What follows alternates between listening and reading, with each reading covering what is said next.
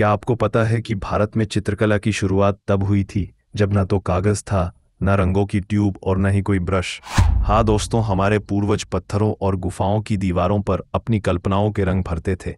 आज की इस वीडियो में हम जानेंगे कैसे भारतीय चित्रकला ने हजारों सालों का सफर तय किया और कैसे यह हमारी संस्कृति की पहचान बन गई।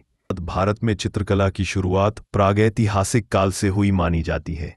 भीमबेटका और होशंगाबाद की गुफाओं में आज भी ऐसे चित्र हैं जिनमें मानव समूह, पशु पक्षी और शिकार के दृश्य दिखाई देते हैं। कल्पना कीजिए, हजारों साल पहले इंसान ने दीवारों पर सिर्फ शिकार नहीं बल्कि अपने जीवन की कहानियां उकेरी थीं। फिर आई हड़प्पा सभ्यता, जहां मिट्टी की मोहरों और बर्तनों पर कला के अद्भुत नमूने मिले। यहीं से भारतीय चित्रकला की जड़ें और गहरी होती चली गईं। अब बात करते हैं वात्स्यायन के कामसूत्र की, जिसमें चित्रकला के 6 अंग यानी षडंग बताए गए: रूपभेद, प्रमाण, भाव, लावण्य योजना, सादृश्य विधान और वर्णिका भंग। इन नियमों ने भारतीय कला को सिर्फ सुंदर ही नहीं बल्कि वैज्ञानिक और संतुलित बनाया। अब हम पहुंचते हैं उस समय में जिसे भारतीय चित्रकला का स्वर्ण युग कहा जाता है, यानी गुप्त काल। इस दौर की सबसे शानदार मिसाल है अजंता की गुफाएं। इन गुफाओं की दीवारों पर बने भित्ति चित्र बुद्ध के जीवन, जातक कथाओं और प्रकृति के अद्भुत दृश्यों को दर्शाते हैं। यहाँ के रंग लाल गेरू, हरिताल, नीला लाजवर्द, काला और सफेद आज भी अपनी चमक बरकरार रखे हुए हैं। गुप्त काल के बाद शुरू हुआ लघु चित्रों का युग। पाल काल में बिहार और बंगाल की पांडुलिपियों में सुंदर रंगीन चित्र बनाए गए। फिर आया मुगल काल, जहां कला और शिल्प दोनों ने नई ऊंचाइयां छुई। अकबर के समय में मुगल चित्रकला का जन्म हुआ, जहां दसवंत और बसावन जैसे कलाकारों ने चमत्कारी चित्र बनाए।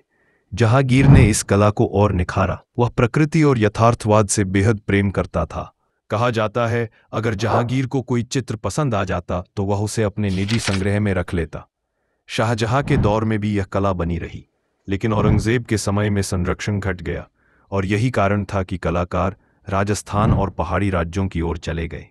राजस्थान में मेवाड़, बूंदी, किशनगढ़ जैसी शैलियां विकसित हुईं, जबकि उत्तर में कांगड़ा, बसोहली और चंबा की पहाड़ी शैलियां प्रसिद्ध हुईं। इन चित्रों में राधा कृष्ण की लीलाएं, रागमाला और बारहमासा जैसे विषय दिखते हैं, जो रंग, भक्ति और भाव का सुंदर संगम है। ब्रिटिश शासन के दौरान आई कंपनी शैली, जहां भारतीय विषयों को पाश्चात्य तरीके से दिखाया गया। इसके बाद 19वीं शताब्दी में उभरे राजा रवि वर्मा, जिन्होंने पहली बार भारतीय देवताओं को यथार्थवादी रूप में चित्रित किया।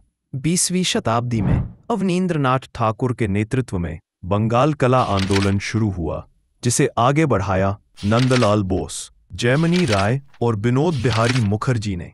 इसी दौर में अमृता शेरगिल ने भारतीय नारी और ग्रामीण जीवन को अपने चित्रों में अमर कर दिया।